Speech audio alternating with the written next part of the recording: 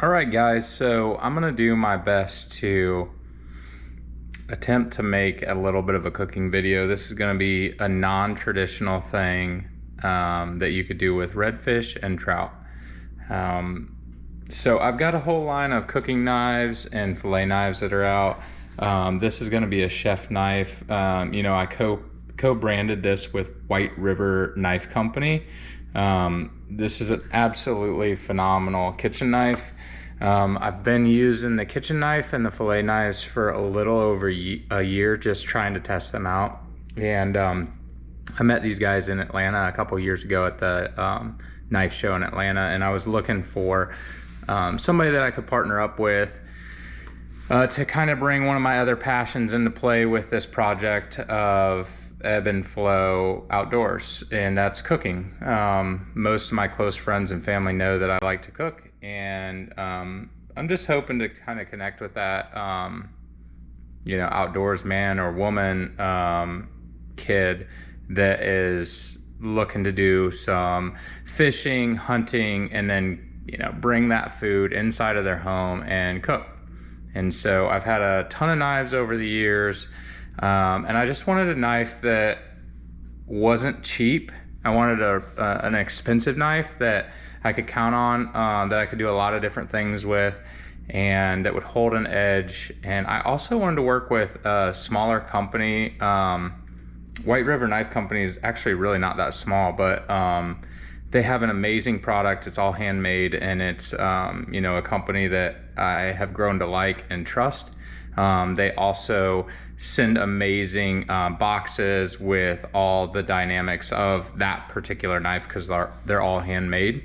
And then they also extended a lifetime sharpening policy to any of the Ebb N Flow customers that buy the knives that I'm going to be selling on my website. So without further ado, I'm going to get into this.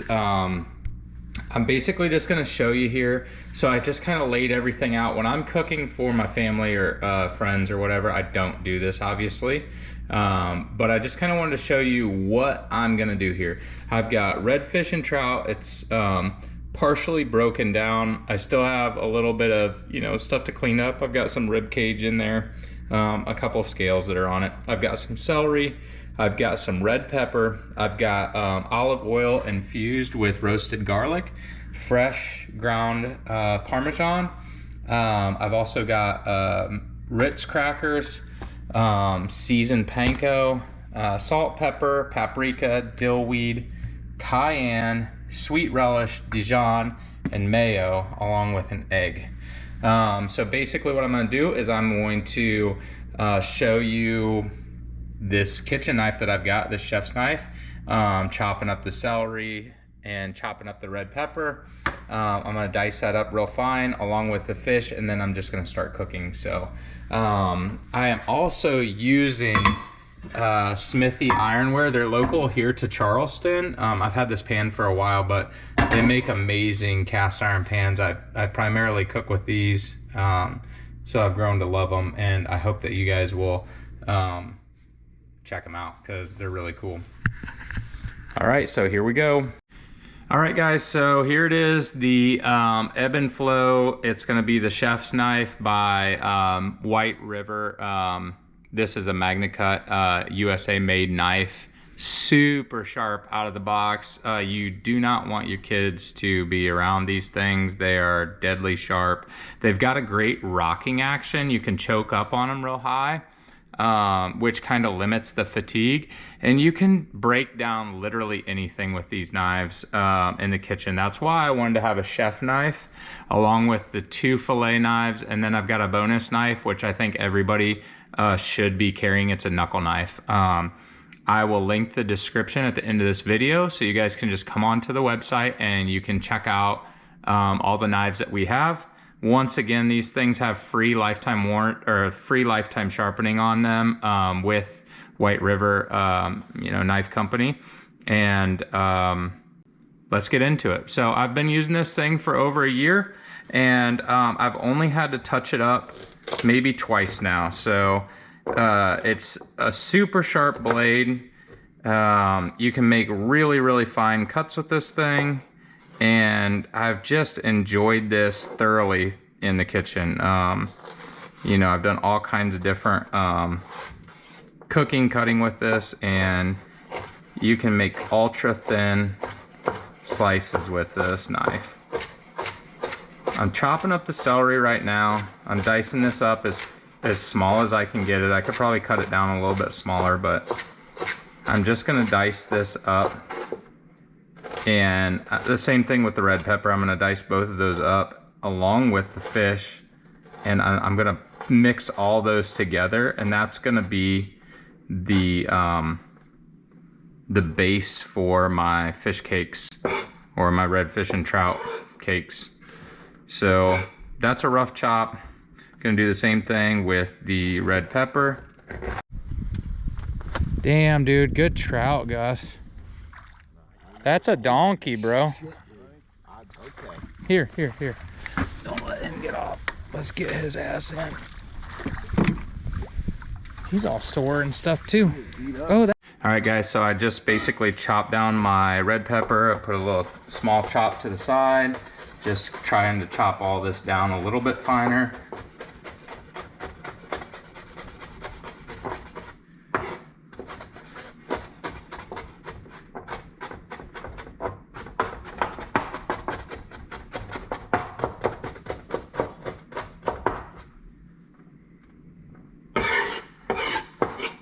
And then all this goes into the bowl.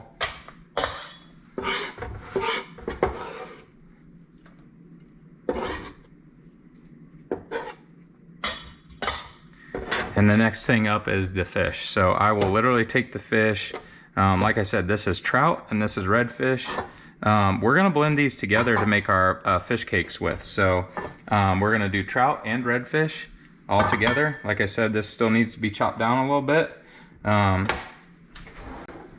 I could get out the fillet knife and I could use the White River fillet knife, but I'm just gonna keep that away for now and stay with the kitchen knife, because that's what this is intended for, is breaking down things in the kitchen. So just kind of come through here, make sure that there's no real large bones left. I just cut a little Y out of the fish, throw that on my discard plate. And you know, if you do a really good job filleting these to begin with, you don't have to come back through and take any of the rib cage out. I was in a hurry the other day, and I didn't really pay attention too good when I was cutting these, so coming back through, doing a little cleanup action. Okay, next thing that's up, I stack all the fish together. Make sure all the back sides are good. I've got a little bit of crap here that I need to get off. Just a little bit of skin there that I want to cut off. Another pro tip is to bleed your fish when they're in the live well. You can cut their gills, you can do a bunch of different things to bleed the fish out, but that removes all of the red line that would be on the, like, throughout the belly. You can kind of see a little bit left here, but when you bleed a fish out, it removes most of that bloodline, and it gets rid of a lot of the fishy taste to it. After you get done bleeding the fish, I highly recommend to throw them in an ice slurry, which will firm up the meat, and leave them in an ice slurry overnight, and then fillet the fish the next day. That's often not practical, so do what you can and do the best you can. All right, guys, I'm just gonna continue to break these fish down. I'm making thin strips. You know, with this knife, I'm putting zero pressure on the knife. I'm letting the blade do all the work, which is why I have this knife. It's super sharp, and I don't have to try to cut through this fish. So I'm just literally cutting strips out, and then I will break this down like a tic-tac-toe board. These strips will all get lined up to the best of my ability, and then I will break them down vertically. So what I'm going for essentially is little tiny cubes, so that way the fish cooks evenly when I throw it into the oil. I forgot to cut a little bit of that off. Just a little belly stuff. Okay, so basically I've chopped all the fish this way. So now I'm gonna chop down this way and like vertically, and I'm gonna dice it up. You've probably seen fish that looks like this in sushi restaurants where you'll see little tiny cubes. And that's kind of what I'm going for. I'm going to try to chop this up as small as possible. You could also use a grinder. If you've got like a KitchenAid and you want to grind this up like you would burger, you could definitely do that to make fish cakes. I just kind of put a rough chop to it though. Andy's got another good one. Yeah, you snagged him. That still counts though. Wow. Yeah. All right, guys, after you get the fish chopped down and your veg chopped down, I highly recommend to have a lemon. I don't have any at the house today, so I'm not gonna use lemon. It's not the end of the world. You can always add lemon later. A lot of these fish cakes, by the way, I'm going to freeze because my kids love them and I actually like them. So I'm taking, I guess this is day-old fish. I'm gonna crack a couple eggs. Put these eggs in with my veg. And then what I like to do is season the fish liberally before I add the fish and the veg and the eggs together. All right, guys, so here we go. We're just spinning this egg around. Essentially, all we're doing is just scrambling the egg, you know? It's gonna keep that, it's gonna act as a binder. So the egg and the panko or breadcrumbs, Ritz crackers, whatever you have, will act as a binder.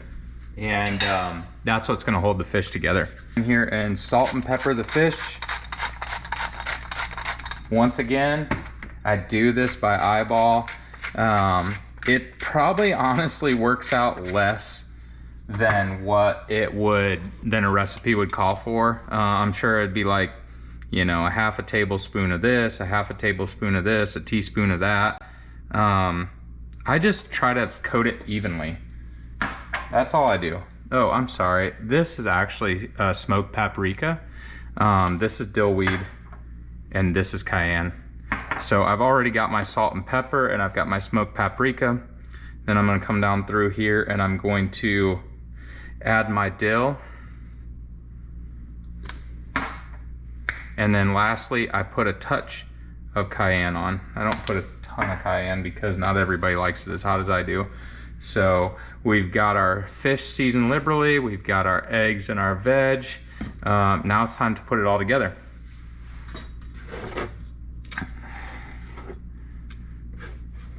I'll continue to use this cooking board because everything that I'm doing right now is raw.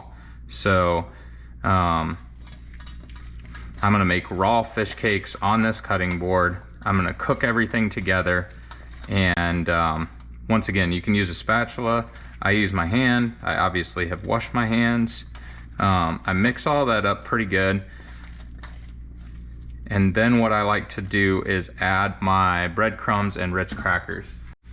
Okay, this is the part where I get a little bit funky with it. These are nothing special. They're seasoned panko breadcrumbs. I'm gonna lay down the foundation for my fish cakes here. And then I'm gonna follow it up with, I don't know, half of a sleeve of Ritz crackers. I just like that buttery taste in with the panko. These Ritz crackers are so, you know, buttery. It's great. So when you fry it, you know, fry up these Ritz crackers, it gives a little like buttery taste to it. So I mix all that together. I'm basically just going to scoop this out into my mixture. You could actually mix it up in the bowl, it really doesn't matter. And once again, I just eyeball it. So I am going to mix this up if you're hosting for people and you don't want to make them upset or whatever, you probably should wear gloves. But most of this is just going straight to my kids and my immediate family, so I'm not worrying too much about it. Get all this mixed up. That egg acts as a great binder, and I just kind of gauge it by the ability for it to hold together on its own. You don't want to put too much breadcrumb or too much Ritz in it, because then it dries out and it tastes kind of like bread instead of like a fish cake. So this consistency is very close. I can basically patty these up at this point into whatever size you want. If you want to get scientific about it, it should probably be around 4 or 5 ounces. I think that's about what the serving size is for lobster rolls, fish cakes, that sort of thing, probably 4 to 5 ounces. All right, guys, so in my hand is like just a real fine mesh grease splatter containment apparatus. Mine is trash. The handle's all melted on it. This thing is great, especially once again, if you have small kids running under your feet and everything and you're trying to do anything hot on the stove, you can just slack this on there, and the grease keeps from splattering on your clothes, on the kids, everywhere. So I'm gonna use this. I've got my Smithy pan, my Smithy cast iron pan. I've got another pan here that is oven safe. So once I get my fish cakes into the grease, I'm gonna cook them, and I'm gonna cook them through on this pan. And then I am going to put them on top of my oven safe pan, add a touch of Parmesan cheese that's freshly grated, and I'm gonna put them in the oven at 550 degrees for like another 2 minutes. It'll make them look really pretty. So we'll get right into it. I'm using avocado oil. It has a lot higher smoke point, so you don't have to worry about it burning as much. And I put them in these little like ketchup dispensers just because it's easy to refill, and I think that it's easier than opening a bottle all the time. So I will put that avocado oil into the pan, enough to coat the bottom, turn the burner on medium high, and while that's happening, I am going to shift the camera over a little bit while that's getting going, and I am going to work on my dipping sauce. I do a mixture of white sugar, dill weed, paprika, and tarragon. I'm also going to add a touch of sweet relish, a little bit of Grey Poupon, some Duke's mayonnaise, and a little mixture that I made the other night, which is roasted garlic in olive oil. So that's gonna kind of help me thin the sauce out a little bit. This sauce, when I'm done with it, really needs to go in the refrigerator.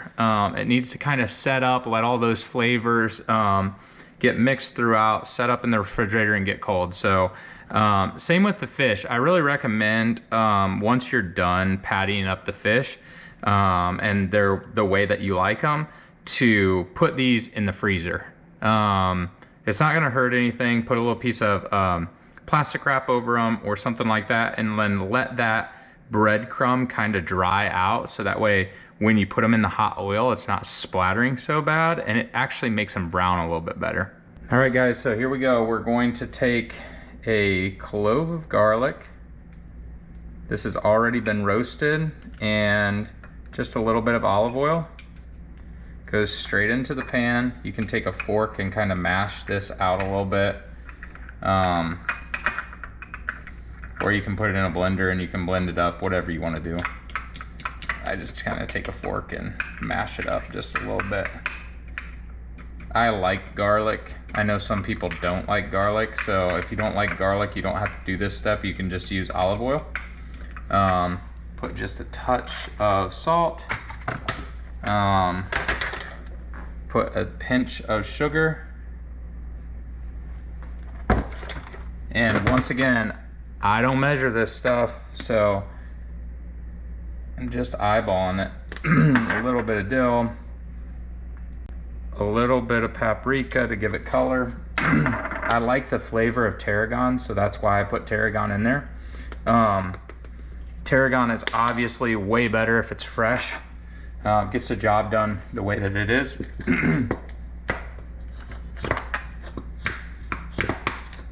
I don't put much dill in this, guys. I put just a little bit of dill and that's it. I don't go overboard with the dill. I just kind of like that relishy, lumpy taste to it.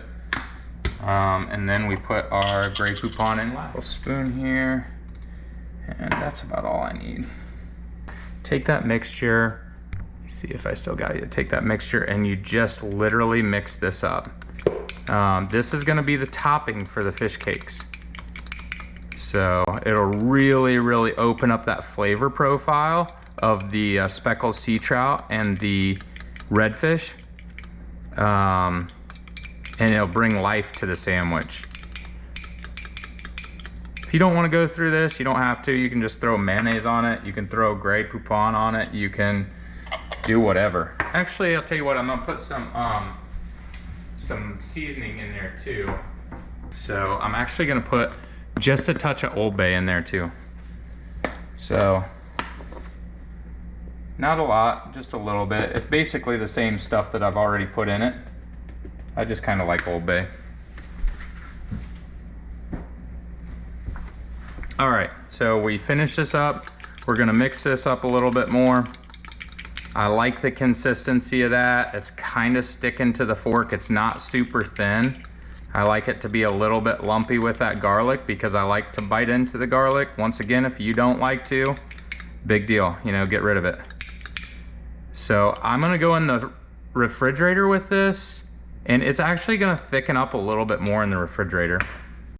All right guys, so my pan is smoking hot. I can see the smoke rolling off of it. The heat is super hot. I just took my fish cakes out of the freezer and I am going to lay the fish cake down, okay? Here's another thing that I absolutely hate about the cooking setup that I have, and hopefully you guys can laugh about this, but these downdrafts absolutely suck. I can turn this thing on and it's not gonna pull any air. Instead, what it does is it actually pulls the flame into the downdraft. So then the cooking temperature isn't regulated. So if you're ever gonna get serious about cooking any kind of oils in your kitchen, please don't get a downdraft. All right guys, so I just set off my fire alarm. Luckily I didn't wake the kids up, but another thing that's great to have in the kitchen when you're cooking fish is a fish spatula. So I've got a fish spatula here, and all I'm gonna do is roll this fish cake over. It's, you know, the small pieces of fish that I put in here are gonna cook super fast. So you get the fish cake to the temperature that you want or the color that you want, and then you roll it over. I let that one go a little bit because the fire alarm started going off and I needed to open the door up. Once again, reason why you don't get a downdraft, they suck. Literally they don't suck, that's the problem. They don't put enough smoke in there, but I digress. Anyways, so this is just a single fish cake. Once again, I've got my oven heated up to 550 degrees. And what I'm gonna do is I'm gonna finish this fish cake up. You can check a little bit with your finger, you know, and you can slowly turn the fish cake back over. It's got a nice golden brown look to it. I would say that this is where I want this one. So what I'm gonna do is I'm actually gonna flip this over to the side that looks the least appealing. This is a little bit darker. It's not gonna hurt anything. It's just a little overcooked because the fire alarm went off. And then I'm gonna pile up some Parmesan cheese on here. Okay, so that Parmesan cheese gets piled up there. Turn the oven off. All right guys, so there is the fish cake right there. So I just finished it up in the pan. It took me maybe, I don't know, 2 minutes, minute and a half each side. It didn't take long. The oven is already preheated. It's still preheating, I guess, to 5, you can't see that on the screen either. to 550 degrees. So I'm just gonna put this in here and I'm gonna finish it off, and it's gonna look so good. So into the oven it goes. I like to put it on the top rack. You can broil this if you want. I'll check on that every couple of minutes. It's probably not gonna take but 1.5 to 2 minutes, and that cheese will melt, and then I'll let it sit. Just so that way it keeps cooking internally. I don't want any raw fish on the inside, so. All right guys, so there it is. The fish cake is ready to roll. So in my opinion, that looks absolutely delicious. I don't know if you can see this or not. It's got a great browning to it. And the Parmesan cheese has melted perfectly on top. Once again, I'm gonna let this sit and get down, you know, kind of cool off just a little bit. And then ideally you put it on like a brioche bun. You can put it on a brioche bun, or I guess whatever you have. I don't have anything other than sourdough right now, and I've eaten a lot of sourdough, so I'm not gonna put it on sourdough right now. I'm just gonna eat it how it is, just with a little bit of topping, and I'm gonna throw some arugula on there and call it good. So that'll be my dinner for tonight. It's gonna be a redfish and trout caught here in South Carolina, broken down, add some red pepper, some celery, seasoning, throw in some seasoned panko, a little bit of Ritz crackers, and then fried in the Smithy cast iron on the stove, pan seared, pan fried, whatever you want to call it, and then thrown in the oven to finish it off with a little Parmesan cheese. So there it is again. I will take a snap of what it looks like when I get done, and I hope you guys, you know, get weird with your fish cooking and try something different. Fish cakes are great, and you can add crab to this, you can add shrimp to it. I just chose to do redfish and trout today. Okay guys, so here's my little mixture that I made earlier. I'm just gonna dump this on top and rub this in a little bit. Give it a nice little taste there. Add a little chunk of garlic. I'm gonna take my arugula.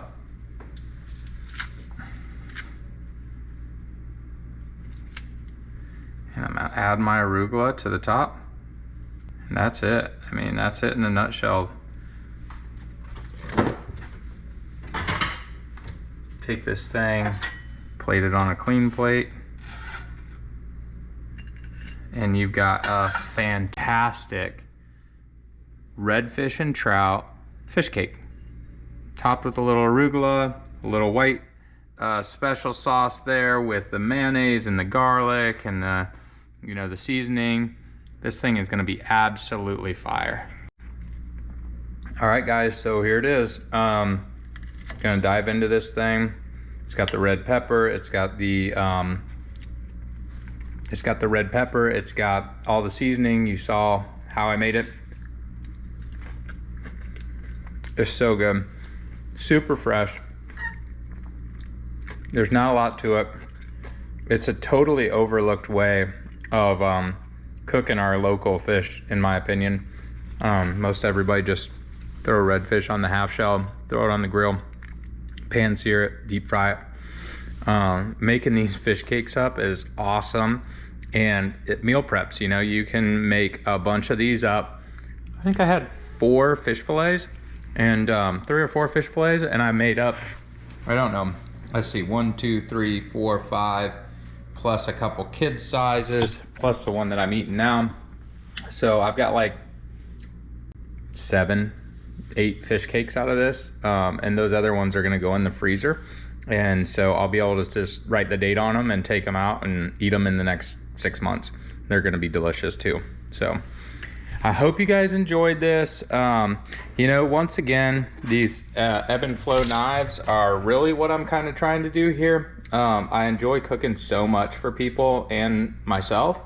And that's really why I wanted to get these knives, because I know there's a lot of you guys that are out there that also enjoy cooking, as well as fishing. And so I wanted to offer you guys a product that was truly, that truly matched your passion, I guess.